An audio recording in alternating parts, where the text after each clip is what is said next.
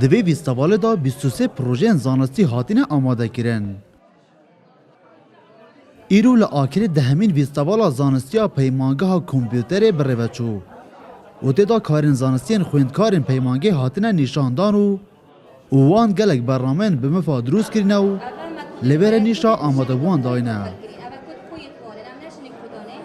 برامج ما أبا بموي هاي فكيان بما خلاص كري إن شاء الله وهر واسطة لسه برامج سيس كده تشكرن هدف ما بوفي بروجي أو كو حكومات ما جالك استفادة بدتن كومبانيات ما هر وقت يعني جالك استفادة بخبيت بدتن بودشي چونكي أجر أم بتشين استشاركة بروجي ما سر OSP إنترنت سيرفيس بروفايد أو شركة الدولة أوروبا جالك زورترن وچونكي أو OIP الوريتينين اف پروژه زانستی لدام و دزگین حکومی و پروسا خویندنه و کرت تایبش جی مفالتی دا ورگرتن و پتریابان خوینکاران جی گلک پروژه دیتر هنه لوان پیتوی بهاریکاری و پشتوانی بردام هیا برنامج ما برکو تلفونه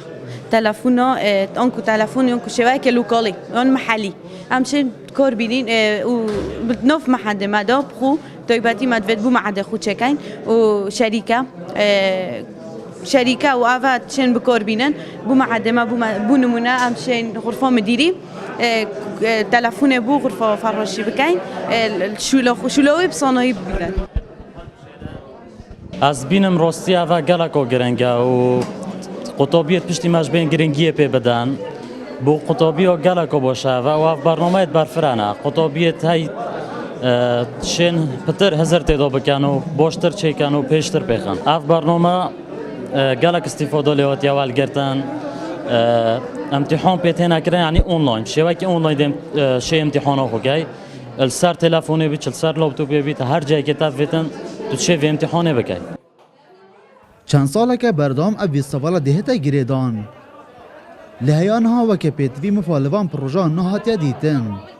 و حکومت و که تایبه جی کمتر خمن لهمبر پیش برون پیشگیری کرنا وان پروژهان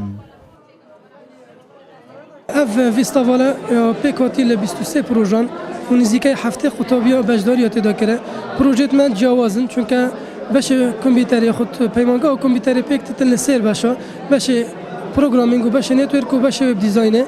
اف پروژه من دو باش بیا سروان هر سگ باشه مرا مش انجام دادن وان جورا ویستاوالا اوا کو شیان و بحرین خطابیت خود تدا دیار بکن داخل کی ما هر دامو دزگین حکومی کرت تویبت مفایل وان زانسته وان ورگرتی وان خلال وان 5 سال دعوی خواندن تداد بدهان خویندکارین بهرمند و خودانشیان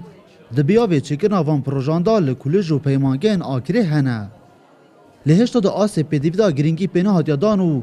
چند ساله که او ببجمونه که لویستاوالین لسر آسته پارزگاه و زانکو پیمانگین کردستان برجدار ببن و شیانین خوین درستی تدا در بیخن دلبرین غازی کرسات نیوز آکره